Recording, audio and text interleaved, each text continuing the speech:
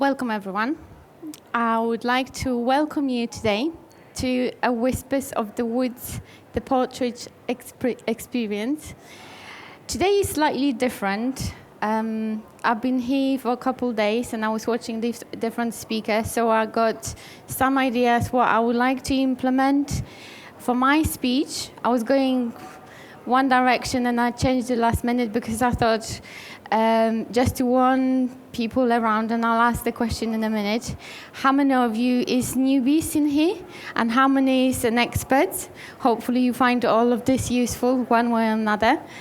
But the idea is that I will share with you something that I didn't share with the audience before.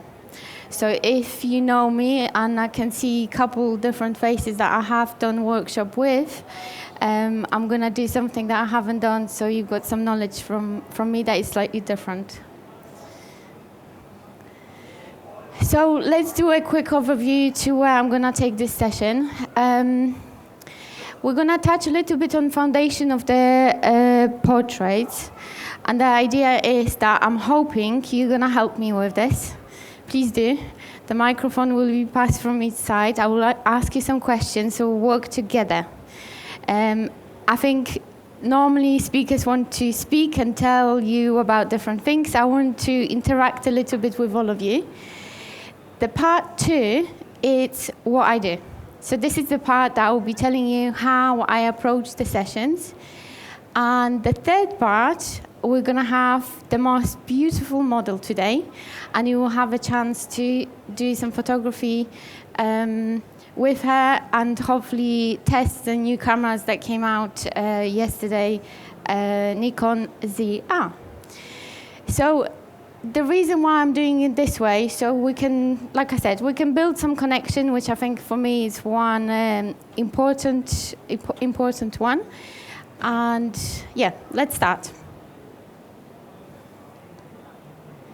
So first one is the foundation. What we're going to be talking about is, number one, for me, it's the vision. So please help me. Why do you think the vision is important when it comes to photography? Having the vision. Well, I suppose, no pun intended, but you'll be shooting in the dark if you don't have a vision, because you're just going to be all over the show and you're not going to know where you want to go. Yes. Especially for portraiture, where you need to set up and build the set. Otherwise, you're just going to stand there, blank canvas, and nothing's gonna happen. And how would you approach it then, from your side? Usually, I'm kind of more on the experience side here, but usually I have a mood board and some ideas when I go into a shoot that of more or less what I want to create, and this is all I talked with the model beforehand as well to see if what we are going to shoot is within her purview and her abilities as well. So usually when I get there, it's already I have the idea in my head, so I just put it together. Okay. Very little left and right when I'm doing a shoot, so yeah, but I think it probably is for somebody that's slightly on the newer end, that's probably a bit of a tall order. Okay, so you said mood board and talking to the model. Anyone else has got any other things you would like to share? A vision gives you purpose and direction. Yes. Without the vision, you cannot take a photo that connected to each other. It's give the energy to the photos. This is what I believe. Okay, very good. Anyone else? When you have the vision, it's easier to be able to set like the scene in terms of the lights, the wet location, and all of that. Yes, 100%. It would give you the direction. Okay, I'm going to add something from myself. So this is how I see it. We all have the same tools available. Plus minus, different amount of money maybe to spend on equipment. But the idea is that everyone has got a camera and being able to use it. What will make a difference to our pictures is how we see them. Before we shoot, before we click that button, It's what we envision in our heads. And for me to be able to share that with you, I will try my best to share how I see the idea of shooting the portraiture. We're talking today, by the way, about a little bit more creative portraiture. The reason why I went that direction, I thought anyone with a phone can take a picture of someone's face, right? But the idea is that whatever I share today, hopefully it will be useful for the lifestyle photography, for a portraiture just with your phone, or something a little bit more creative. Again, the audience is probably varied. I don't know how many is experienced photographer, but the idea is that you all come out with something that hopefully will be useful for you in terms of what I share now. Okay, so you've mentioned already something that is quite important. It's the connection. And I would like to ask you if you have any tips for making that connection happen between yourself and the model or the person you're photographing, because sometimes we don't do photography with the models. I work with people that never have seen the cameras from that perspective. Is there any tips that you will have already to share? Please do. Talking to them beforehand and knowing like how comfortable they are with certain things. Very good. I like that one. I don't think there's like a one-size-fits-all solution for this, but I think Correct. You've touched on it as, having a bit of that conversation beforehand. If you were able to connect with the model on, say, like Instagram or something like that, that also helps us to have a bit of a conversation back and forth and discuss sort of what each other's visions are within for the shoot. I think meeting on the day, yes, it's usually what I do is I usually see how models come dressed in their sort of civilian clothing to a shoot before they get their makeup done. That kind of already tells me a lot about what kind of person I'm interacting with, and then sort of, I suppose, all else being equal, then you talk during the shoot and you kind of build the rapport as you go along. But if you only have like 5 minutes to shoot, it's very difficult to kind of get that immediate connection. But again, it's just that open line of communication. You have to kind of play it by feel, I suppose, and experience. Yes, you pointed out a couple of things, because there is a difference between having a shoot that is happening within, 5 minutes. If you were to shoot a kink, you probably have 2 minutes for the shoot. I'm not sure, I've never been shooting a kinks. But if you have what we're talking about today, it's a little bit more creative shoot. We can discuss with the model slightly earlier the concept and maybe sharing some idea with her. Anyone else? How would you build that connection? Doesn't matter if it's 5 minutes, 2 minutes, 10 minutes. No? Okay. So I want to talk about something that I do, and I try to make them feel, the models, make them feel like they're part of the story. So not only talking about how they feel on the day, but also how I'm going to approach the shoot. So if I need any movement, if I need, her maybe to be happy or sad or having some emotions there. So we'll discuss the ideas, because some shoots will be a little bit, slower, taking your time, and some will be a little bit faster in terms of the whole process, which we mentioned, either 5 minutes, 2 minutes, 10 minutes, or 5-hour shoot. I've been shooting children for 3 hours and they couldn't stop having fun, so it depends what you want. But the most important part is building that trust.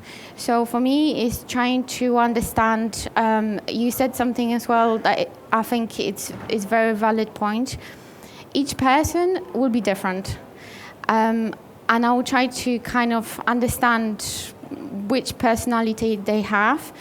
Slight psychology. I'm using slight psychology. If you want to research the power of making connection in terms of psychology, it's a completely different subject, but the essence of it is building the trust with the person that is right in front of you, and making them feel like they are seen. So they don't feel left out.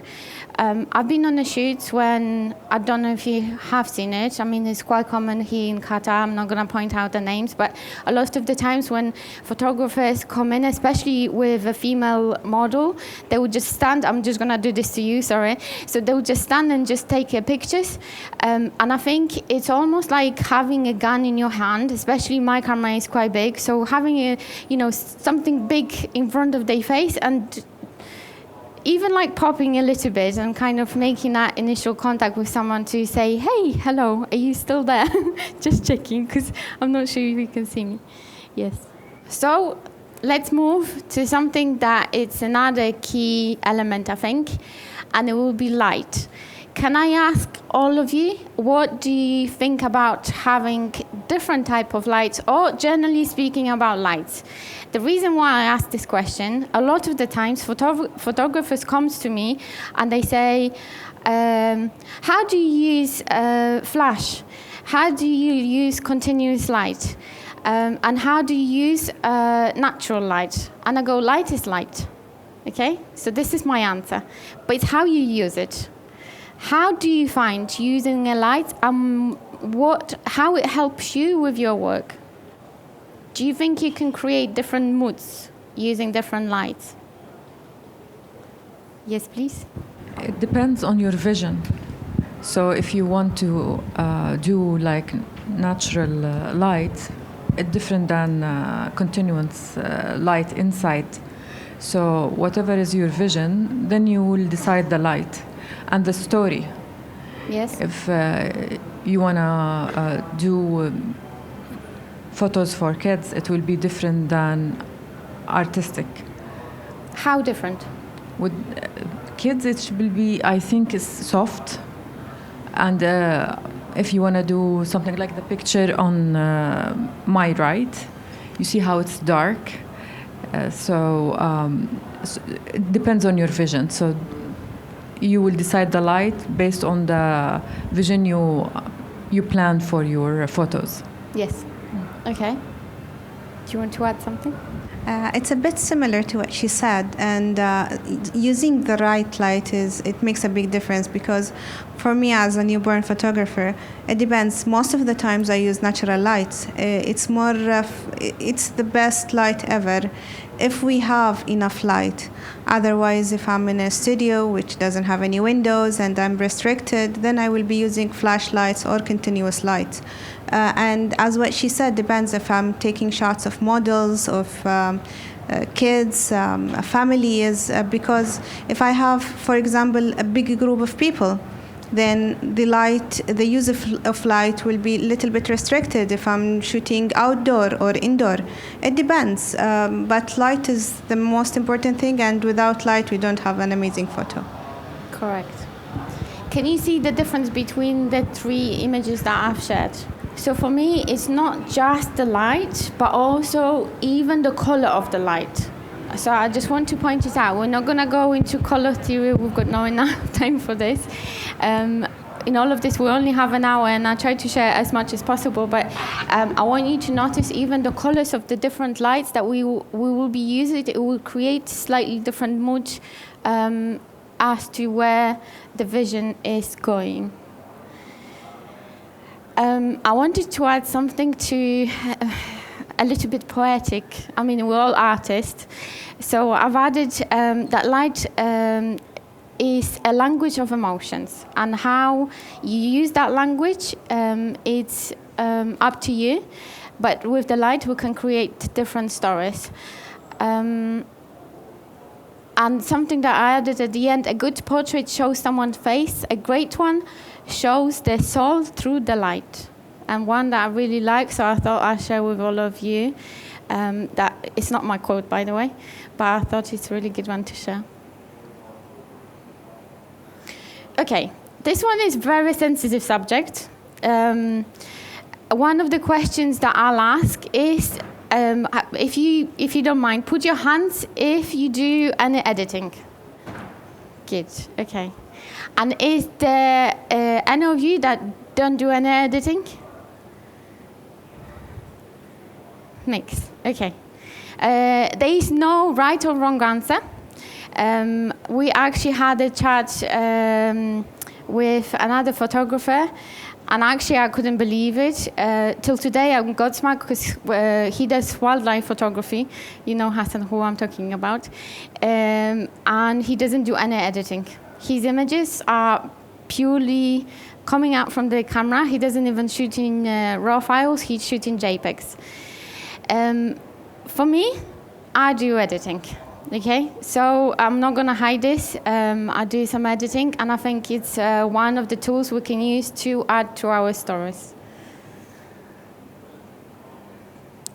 So I wanted to share, Reem just left, but she does a little bit newborn, hence the reason why I thought I'll ask her some questions. But I think it's sometimes we can, by using different tones, again, I'm going to touch a little bit on tones and colors, we can reinforce the emotions that are already there.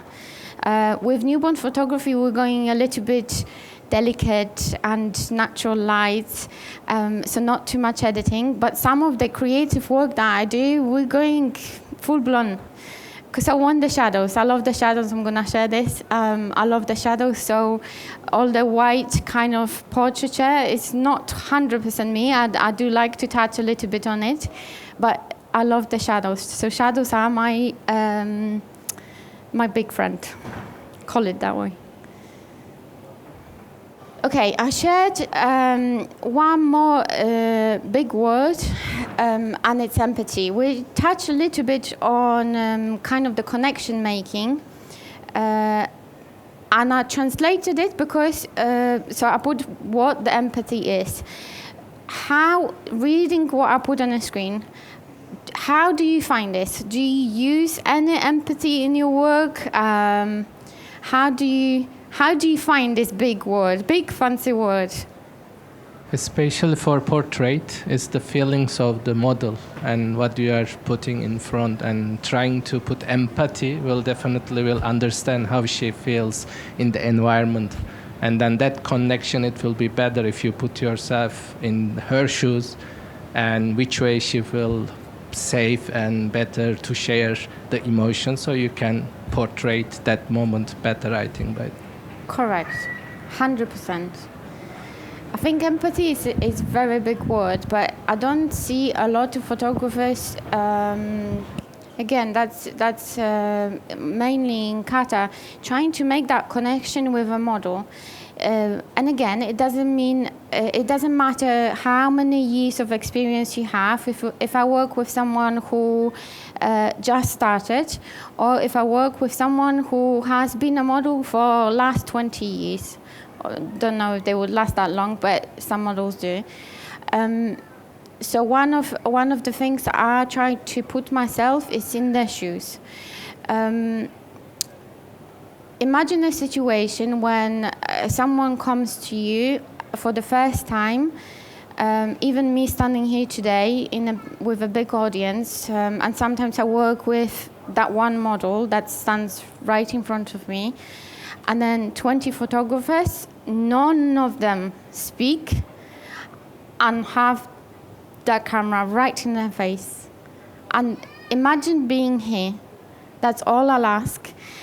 And how she's feeling, if it could be him, actually, it doesn't have to be her, it could be a man or a child, because I shoot different people, different ages. But generally speaking, I want you to understand that sometimes by going into the moment with them, just for a second, just leaving you being a photographer, how someone might feel about being in front of that camera, understanding the emotions that they going through. And if you understand that and then connect the vision together, that you're trying to portray, mixing them two together, I think you will have better image. And again, it's not talked very often. We talk about connection, but the empathy of just understanding where for a second that person is, I don't think it's enough talked about. So I put a picture of a family. Because again, sometimes we shoot models, sometimes we shoot family, sometimes it's a man, sometimes it's a child. Portraiture is spread. It could be anyone. But I wanted to show you this picture because for a moment when I was shooting it, I felt love, pure love. And it doesn't matter, it's not perfect image, Anyone who does newborn photography will understand the angles and all of this. But in that split second, when the man kissed her forehead, and you could see the awe of love coming from them, it was just me going there for that 1 second, just going there and understanding what they will feel like. You know, it's for them, it's like that few seconds of having the newborn, touching, loving them, and, you know, just trying to understand that. That's the reason why I thought I'll mention the empathy, because, again, I don't think it's talked about enough, and I want to talk about it today for a second. Okay, one that we do like to talk about is building a story. And I would like to ask a question, how? Everyone knows that we need to build a story. Portraiture is a subject that, you know, whenever someone mentions portraiture, they go, but it would be lovely to build a story. But how? How do we do it? How can we create that story behind the image? Do you have any tools that you like to use? Yes, please. Composition and light help to make a good storytelling? 100%, yes. Also, what your client wants from you. Yes, very valid point. I love that one. Okay, so I think, personally, every portrait tells a story. But great portraits will make you feel. So, you know the picture, I used the picture of the family. You know the feeling that I had? I'm hoping that was something that you felt for a second. You're nodding the head, which is good. If you felt that, that's really good. Again, the storytelling connects the subject with the viewer. It's not just about me and about the model. It's who will then view the picture. Imagine, I'm going to use the family because it's probably the easiest. If the family has got a newborn child and they go, guys, we just had a newborn child, and those are the pictures, you know, we have of a family. They put them on the walls, and then the viewers, which is, you know, us, if we go to the homes, we see that little connection that they had at the moment when the child was born.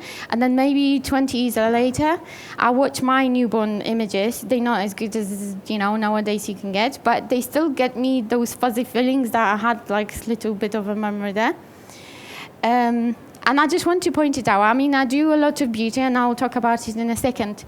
It's not just about the beauty. And I'm not talking about only females, I'm talking about males portraiture too.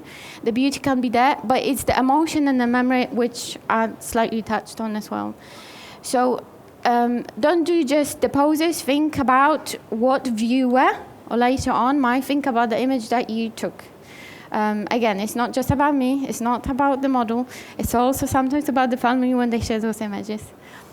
But how we do it. So I asked the audience how we do it. I'll share a couple tips. So for me, I will start with the emotion, not the equipment. I use equipment. We all do.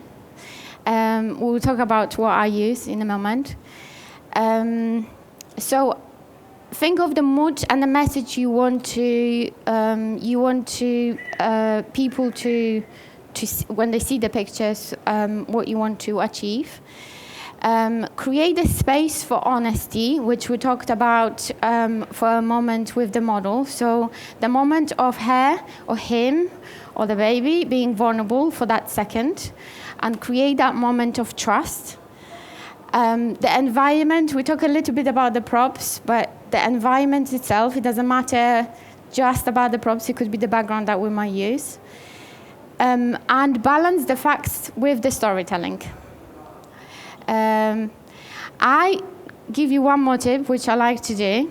I leave a room for mystery. So not all my stories are shared fully to give a viewer a full spectrum of what I want to achieve. Sometimes it's left for imagination. So that's my tips for you. Okay, so summarized, this is the first part, the foundations. So we set the scenes with the foundation. For people, again, I don't know who's pro, who's, beginner, but those are the foundation. I didn't want to talk about what the f-stops, what the composition should be, etc., because you can find it. If you look for where to start in portraiture, everyone will be talking about, your settings. I wanted to talk a little bit differently about it, and 6 things to remember. It's on a summary if you want to take a screenshot of it, what I will use as a foundation for my portraits. Okay, so this is the fun part for me, because I will talk a little bit more. Sorry, guys. So how do I take my story, my vision, and the workflow? So a lot of people ask me, they will come to me and they say, Justyna, how do you do your editing? And I go, okay, I'll share some of the tips. I don't want to share too much. And I explain that now before we move on to the workflow, because it's my vision. Okay, so it's very hard if you have a vision to put that vision to someone else, because you're going to go and copy the image. I don't want you to copy the image. I want you to come out with your version, even if it's slightly different, but something that you put your own spin on it. Again, I'll explain a little bit about the editing part, which I mentioned, but what I really like is to challenge people on how do you think you want to do it. It's not just about me. I have my vision. Whenever I do photo shoots, I'll come out and I will be, okay, this is the image that I really want, but I want someone else to have something, a little spin on what they want to do with it.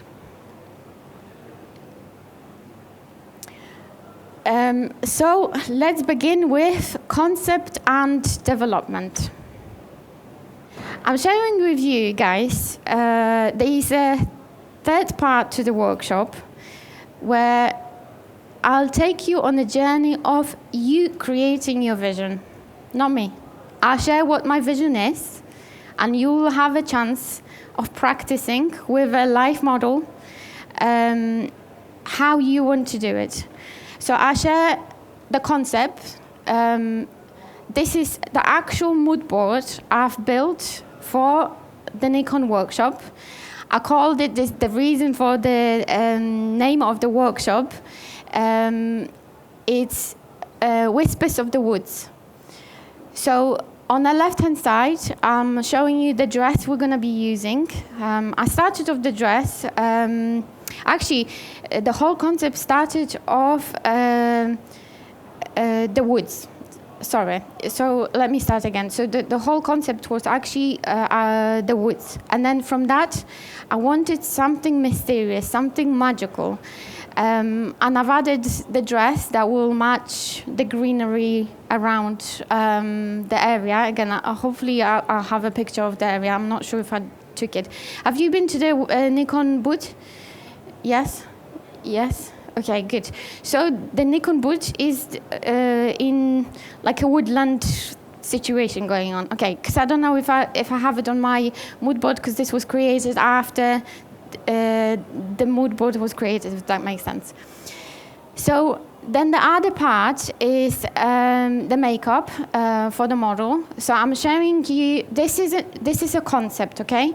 So some of the things, when we have the mood board, they created, but sometimes they being changed later, depending on a conversation with different people. But it's an idea that we shared, we kind of built together to know where we're all gonna go. And I explain that in a second further.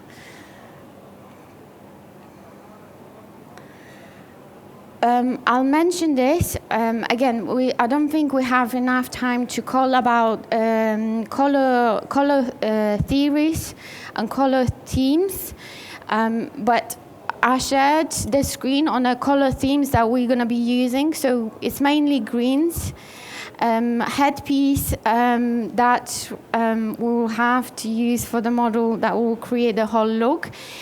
And I'm going to say this, I know not a lot of people like the idea of it, but sometimes I do use AI, especially nowadays, when you have a vision in your head and you can explain it to someone, but it's nice to be able to show them a picture. People understand the picture straight away, right? So with the help of AI, I've created this more for you guys than for me. I know where I want to go, but I wanted to give you a visual kind of interpretation where my head was, so you've got an idea. Again, at the point when we were building the setup, I knew it's going to be kind of woodland. We added some elements in terms of there's some butterflies, there's some birds. This was done after the mood board was created. Again, when creative minds meet, they kind of go, whoof, we can do it. Okay, so this is the team side of things. A lot of people think that when you're a photographer, you're the only one in there. I'm not. I've got a whole team behind me. I could never be able to do what I do just on my own, although I do know some person that can create on a smaller scale interpretation of like a creative shoot. But I'll share with you who was in today's shoot, like who was part of it. Towards the end, I'm gonna ask a few people to come up and introduce them to you. Not everyone could be there, but I see someone who is in the audience now. So, photographer, me. You know me by now, right? I hope so. So this is me, and this is where the click begins. We're going to have a model called Zulfia. So please don't go and ask about the name, because normally I would ask for all the photographers, please understand, she's a model, please at least ask for her name, right? So she's called Zulfia. By all means, at this point, I would like to do something slightly different. Just give her a moment of your time and build that small connection. How you do it is up to you. I'll leave that in your capable hands. But we talked about it, how roughly and why we do it. So please make sure that you at least say hello to her. The dress designer that you've seen in a previous screen, it's endless book of gowns. There is a lady in Poland that is a very talented lady, created the gown for me. Had to add additional stuff for the Arabic culture to cover a little bit more. But the gown is quite big, and you will see, hopefully, it will be the movements that we'll do. I want you guys to use and use that. If anyone doing other things than just photography, do you do videography? A little bit? Please try it. I tried yesterday. I had a lot of fun. Promise. Seriously, I spent an hour just sitting there like playing with pressing the buttons. I have no idea what I'm doing, but I think it's quite fun to try something else, okay? You've got a chance. The model is there for you, so please do it. Accessories. So you've seen the big, beautiful crown. There is a guy called Emmy. He's not here. Sorry, I'm watching you. I'll tell about you in a second. Who is the creative mind behind our forest scene. And also, he designed the crown. So we matched the vision. Alina, she will come at the end of the workshop, hopefully to say hello. I did speak to all of them, that I want to introduce them to you. Again, it's not just about me. A lighting designer, I actually put Nikon because it's a mixture of different people. Hassan is one of those people who helped us as well. And also the Qatar Photography Center and the ministry, because they put those little lights everywhere. And the creative mind behind all of this, my dear friend, it's Jenny. Would you like to just come quickly and say hello to everyone? So Jenny is in charge of all of it, when it comes to, matching the loose ends. I call her the mastermind and my sister. We even look alike, right? You know that. So I wanted to share this because it's one of the things that it's not shared very often. And please take a screenshot. If you do any pictures, please tag those people. Again, this is not just me. And I want to show you what it takes to create something that it's meaningful and something that it's different. I don't want to, again, like I said to you guys, I think at the beginning of the session, I wanted to go a little bit more creative to do something that is not often done by different people. Creative portraiture, it takes time, takes effort. You can see how many people on this occasion it's taken. And one of the things I've learned, when you do collaboration, it's you have to put me on a side. And when I say me, it's me. Whatever I want, it doesn't matter. Like, I've got the vision, but I would like other people to put into that vision. So I'll explain that in a second why I do that. Okay, we touched a little bit on lighting and setup, and I did. Okay, good. I wasn't too sure because this was done 2 days ago when I actually went to the Nikon booth and I took the pictures of whoever didn't see the booth yet. You can find it easier, and also to see a little design that we did in terms of the set of the lights, where we're gonna go after. Okay.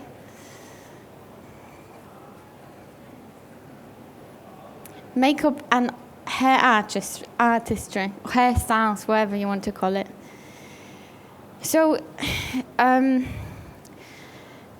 when we talk about makeup, I mean, some people find it really good.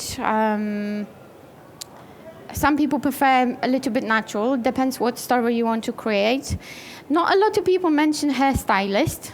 So I thought I'll also add to the mix of the people that I work with and why I do it. So it's not only to ignite their creativity, but also to enrich my story. Imagine a situation if I told you we're going for simple, maybe a studio photo shoot. Let's call it studio photo shoot, small portrait. Someone comes and asks, can I have just a simple portrait? And I didn't speak to the makeup artist. And she goes for big, bold, red makeup everywhere. Just, to enhance the look, because she thinks it's okay. Do you think that will end up as a good photo shoot? No. Okay, another scenario where I have a man, and I know not a lot of men will know this, but for different types of makeup, we have to, even on you guys, put a little bit of putting because we shine and we don't want this. So sometimes we put a little bit of powder. When I say we, I used to be a makeup artist and a hairdresser, but now I've got the team that do this stuff, but I know why we do it. What else? The other thing I want to talk about is spreading your network. So by me joining different projects, I can create team of different individuals that will create visions with me. And I'll give you an example. One makeup artist, sorry guys, this is a little bit touching on the makeup stuff, but one makeup artist might be very good in terms of smoky eyes. You know smoky eyes? Quite heavy makeup. But other makeup artists will be very good in very delicate makeup. Just to explain to you two different sides. And for me, I like to sometimes mix and match the visions and again, create those networks of people to spread basically. To me, whenever I tag someone, people complain to me that they're not being tagged. As a makeup artist, the hairdressing, or even models, sometimes they say, but the photographer never tags me. And I go, but why? I don't understand. Did you ask him why? Did you ask for the pictures? No, I didn't. I'm just waiting. I'm like, go and ask. Like, this is important for you as well, because we can build a network of different people and kind of grow together, expand this. And market reach. Right before, there was a couple of you that came to the talk that Ahmed had. And he talked about us being creators. This is one of the reasons why when we create and when we add those people that we worked with, it creates the network, but also broaden across different disciplinaries. So makeup artists, hairdressers, photographers, sometimes, again, I said to you, I'm not a videographer. Sometimes I have someone who will do video for me, so we can spread and kind of add to the artistry. Okay, so for all the newbies, this is the time when you click the button, okay? So you see how long I've talked about to get to this point. I want to make a big point about this one, because this is the point when I go, okay, I'm ready to click the button. What do I use? I'm a Nikon teacher, as you know. I've introduced myself prior, but I used 2 cameras. I use Z9 and Z8, swapped between them. Z9 is quite heavy, so sometimes, when I feel a little bit weaker, if I worked all day, I go for slightly smaller camera, just because of the size, nothing in terms of qualities. But also, I have a lot of people asking me, what do you use in terms of lenses? So let me make that very clear. These 3 lenses that I use. But my go-to lens is Nikon macro lens, which not a lot of people use for portraiture. I like it for portraiture because it gives me the biggest details. Not that I need it, by the way, because I edit my images. You will lose some quality, it's given. But just like it. Just my preference. There's another lens that I didn't mention in here. It's 85. I know it's D lens for portraiture. That's what they say. If I use it, I use 50 lens because it's the most natural in terms of when you look in the picture. It's the most natural one. Again, there's different conversation. I'm not going to go into it. I'm just telling you what I use. And the one, when I have little ones, especially the little ones that like to move a lot, I've been told today not to move too much. I'm trying my best. You think it's okay? Okay, good. I like to use 24-70. When you need to have that quick zoom, in and out, sometimes, especially in a studio environment, when the child, last time I was photographing a child, she was doing zoomies. I swear, I couldn't follow, even with the zoom in and out. So I let her just do little dances around. We had a little giggle, and in between when she finished, I'm like, okay, now a picture, go. Ah. That's what we did. Okay, so I'm just checking the time. Okay, post-production. One I asked before, how many people do it? I do it. I'm not going to lie about this. I shoot in RAW. If I don't like something, I will slightly repair it. I try not to overdo it, but I enhance. And I thought I'll share with you one image. I'm not going to share exactly step-by-step post-production, but I'll share with you one image that I thought I'll explain a little bit about it. First of all, can you see the difference? Yes? Good. Okay. That's my raw file. On the one that it says before. Okay? So what I like to do with the portraiture, I don't know if it's very well seen in here. I will try to point it out. I'm sorry, guys, I don't know if you can see it from this side. Can you see from this side? Or are you looking there? So I'll try to go kind of both ways. So if you see the before and after, the after bit is enhancing the background. What I mean by this, do you know anything about dodge and burning? Dodge and burn. Everyone knows? Yes? Yes? No? Okay, so if you don't know, dodge and burn is light and shadow. We use it, it's like if you had, I'm trying to think of the name and literally forgot the name. If you had a brush, think about yourself for a second as an artist with a brush. If it's a makeup artist, if it's a painter, whichever. So if it's dodge and burn, it's basically the light version and dark version.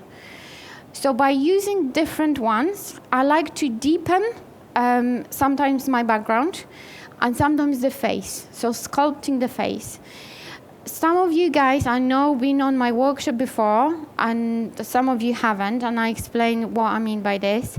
When a makeup artist does her job, I love to follow what she did. So imagine if she did a little contour on her face. When I zoom in, I like to follow that contour and maybe deepen it a little bit further. Do you remember at the start I said I love shadows? Sometimes I create them on the face because I want to contour that face a little bit more. But that said, I don't go outside and, start painting wherever. It's just following what artists did already. Also, what my light did already. And by this, I can bring that subject slightly closer to you and deepen the background. There's one more thing that I'll share.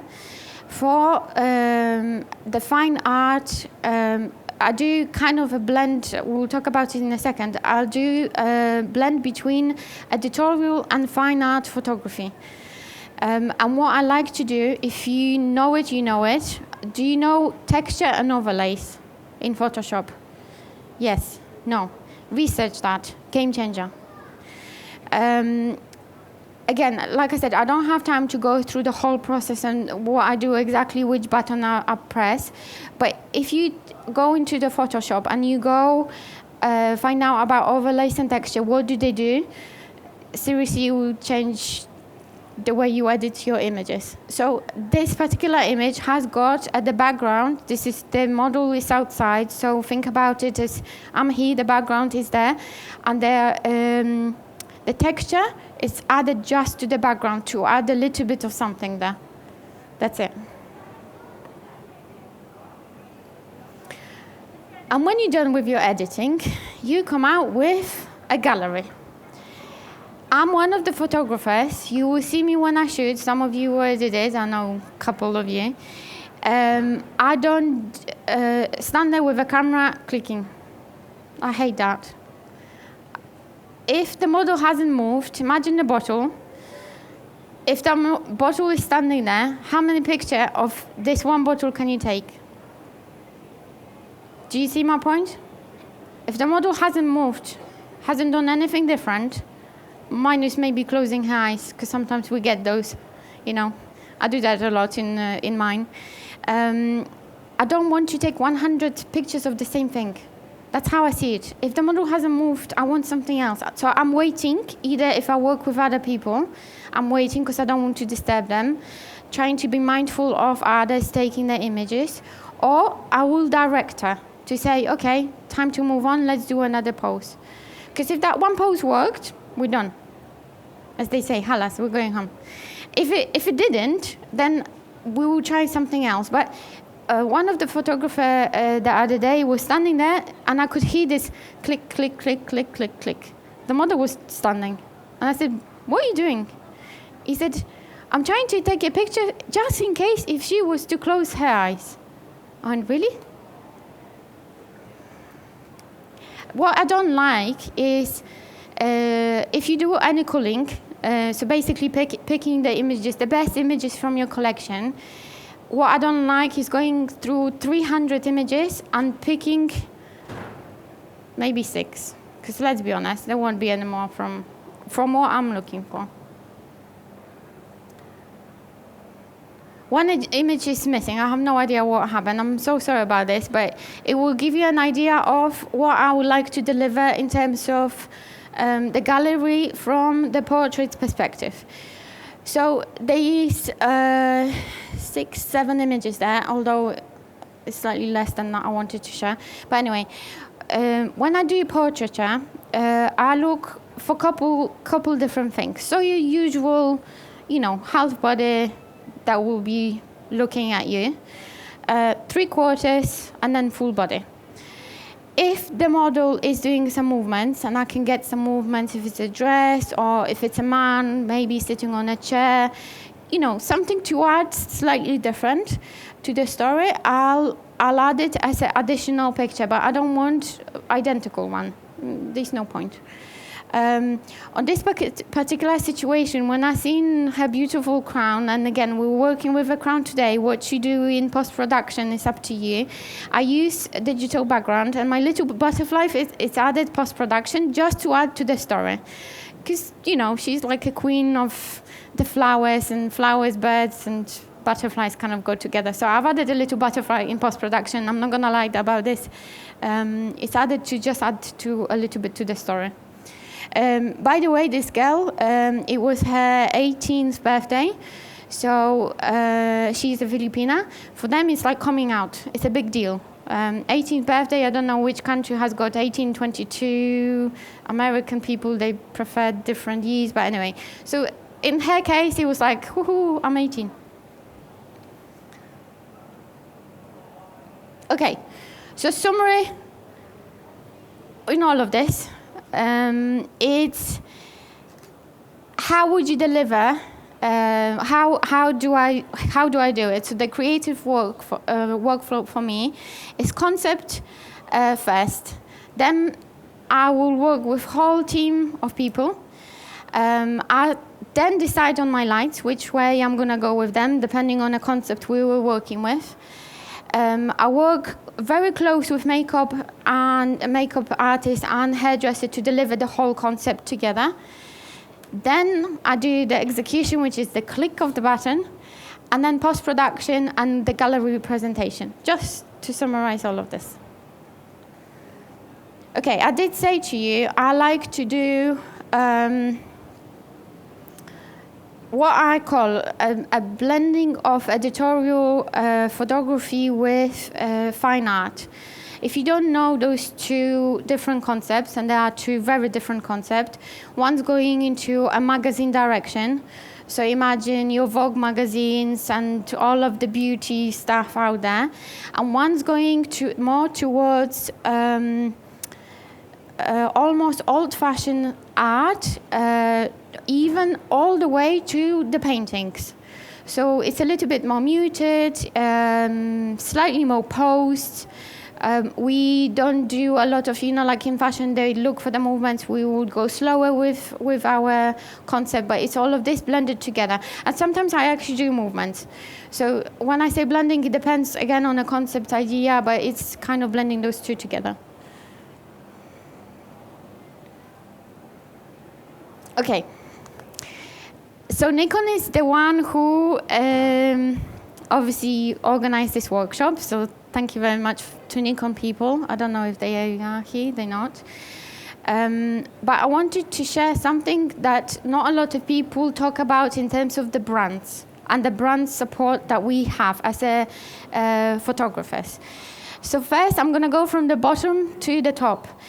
So first of all, we get amazing cameras, right? Then the lenses that help us to achieve our goals. I've shared, again, which one I'm using, so you've got that. All of this, so in terms of the software and the workflow, they made it for us so it's easy. I don't have to think as a photographer. I'm not very technically orientated. I know a lot of men photographers. They love the technical stuff. I don't. I like the beauty. So for me to be able to connect quickly and then execute the image without thinking too much about the technology behind it, it's nice. It makes my life easier. So I can concentrate on what I love rather than about technical stuff. Today I've got a problem with the laptop, which really annoys me. Again, I'm not technical, so it's a situation like this.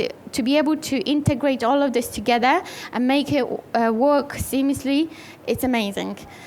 Then we get a lot of support from the brand and the community. I don't know how many of you passed Nikon on the way, but the community is amazing. When you stop by, you feel like you're home. One of the girls came to talk to me today, and she said, "So how long you know them?" I'm like, "I've just met them." So because of that, they think that we know each other for years. I'm going to share with you, I know a couple of people will be interested in workshops, so and they go, "Justyna, but you don't share them online in terms of my social media." I do on my stories. I do, but other place that I want to point it out is Nikon School. You know about Nikon School? So it's something that we did today. I like to kind of teach people, but also include them, bring other ideas. I don't like just me talking. I like the idea of people coming together and sharing. And even with the advanced people, they can share their side of the story, and I love that. I love the fact that, you know, Hassan is my good friend, and I can come to him and say, "How do you do this? I've never done this before." You know, because it might be something that you specialize, or maybe you love more, and I want to get into it. Qatar is one of those places that we don't do just photography in terms of portraiture. We do animals, food, abayas, children, all of this, and we don't always specialize. We understand the basic of photography, but it's nice to be able to share this with the network of people. So this is the local community. Exhibition and showcases. I mean, the whole Qatar's Photography Center, Ministry of Qatar, and Nikon together, they brought us here today. So this is amazing thing for us. And workshop and masterclasses. Also, I don't know for anyone, if you think about buying a new camera, I don't know if you know about it, but there is something called NPM, which I didn't know about. So I thought I'll add to my speech, so there's a little sign. When you are a new member, so when you buy a first-time camera with Nikon, they give you free class. Sometimes bags, depending on the deal. But I thought I'll share it, because it's not often. Imagine a situation when you buy a new TV. How many times any business offered you a free workshop because, you know, like a free training because you buy something? And that's what they do, which I think is amazing. Okay, so this is for you. I'll encourage you to go and explore. To try different visions you have, collaborate with different people, collaborate with brands, ask them questions. And I know a lot of people, they don't want to ask the brands. If you, let's say, a Nikon user in here, I'm a Nikon user, I'll go to Fuji. What do you have there? Like, tell me about your technology. Not because, you know, you have to buy something because you feel like you have to buy something. It's because I want to know what's the latest out there, just so we're on top. That's it, right? But a lot of people don't even explore that because they feel, oh, I already have Sony, so I'm not going to go there, or I have Canon, I'm not going to go to Nikon. Please go and ask. So today, some of you, I ask if you want to do videography, or if you're into it. Today is the day for you to try it. Like, the new camera came out. No one's going to be telling you, oh, come and buy this. But it's test something else. Learn new skill. I'll encourage you to do it. This is how I grow in terms of photography, in terms of a person, in terms of building a network of people. So I'll encourage you to do the same. Please, go out and do it. Do it for yourself. Don't do it for me, do it for yourself. I want to introduce you, before I go to the next slide, to our beautiful model. So this is Zulfia. So you will have a chance to work with her today and take some amazing creative portraits. If you want, videos as well. the only thing you need is your card. If you have a memory card, stick into the ZR, which is the new camera, and just give it a go. It's amazing. Like I said, I was in awe yesterday. I don't know why I got really excited, and I don't really like the videography, but today is the day when you can play a little bit, and Zulfia is there for you. Okay, thank you. We'll pass to Zulfia in a second. So, since it's a school, I will give you a challenge. Please tag me. Please do it. Please. I like to see your pictures. So this is my Instagram. If you want to tag me, I will try to give you some feedback if you wish. If not, I'll be, I don't have to. But if you wish to have some feedback about which way do you like to, do you think I'm going? Is it the right thing? Blah, blah, blah. Whatever you feel like. And I'm not a harsh critic. It's a constructive feedback. I'm not going to tell you your picture is bad, because that's not, the idea. All the pictures are good. We started somewhere. If I show you, I didn't prepare today the image where I started with my photography. I probably should have. But I'll challenge you to creative image. And since Qatar, is a little bit funny when it comes to photographing people, so this challenge is I want you to shoot a portrait without showing someone's face, but telling the story. So whatever story you come out, I want you to think about something, and then create a special hashtag, Light Speak Movement. Okay? So use this if you want any feedback after, and I challenge you to do it. I think it's amazing when you have a community and you be able to share something together, building something not as individual but as a community. And I would like to encourage all of you, no matter which where are you with your journey. I would like to invite you also to our Whisper of the Woods, the portrait experience, which is the photo shoot, the light photo shoot, where you will have a chance of photographing our lovely model, which I introduced already, and have a little fun, okay? If you have any question while we're doing it, please feel free to ask. I'm going to be there for you. Maybe not for the 2 minutes. Sorry, I'm looking at you because you're going to be helping. I need to do a little interview with people. They asked me for it, so I might disappear for a short period, and then I'll come back to all of you. Thank you for joining. Thank you to the Ministry of Culture and the Nikon for creating this space, and let's go and have some fun. Thank you to all of you, because you did the first part. Thank you. Okay, so after the workshop, they asked me to give you 3 gifts. But they're not coming for free. I want to ask you some questions, and whoever answered them first, let's do it that way. I'm going to choose as a winner. I prepared a couple. The first one is, we can all click the button at the same time, but what truly will set us apart in portrait photography? I've heard that. Okay, the first one. Sorry, let's do, I should have said this. Let's not do shouting. Whoever raises the hands first, and I'm going to try to watch the audience from that perspective. Second question is, what does light do in storytelling portraiture besides illuminate the subject? I've seen your hands first. Yeah, light creates mood, and it creates emotion.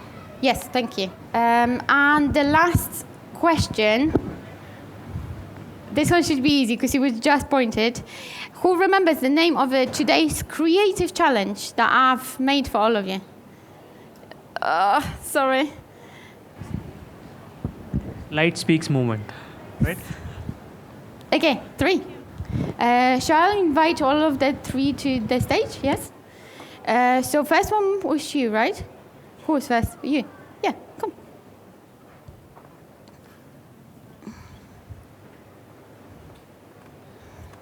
Thank you.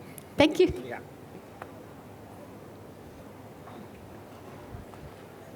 That's you? Yeah.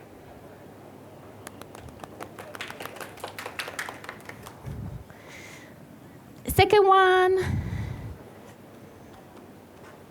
There you go. The very specific where we stand. I'm not moving from here. Who's next? I have to stand here, sorry. The cameraman keeps pointing. Please stand here. There you go. I love the fact. Thank you. Thank you, everyone. Okay, so let's go for the live photo shoot, okay?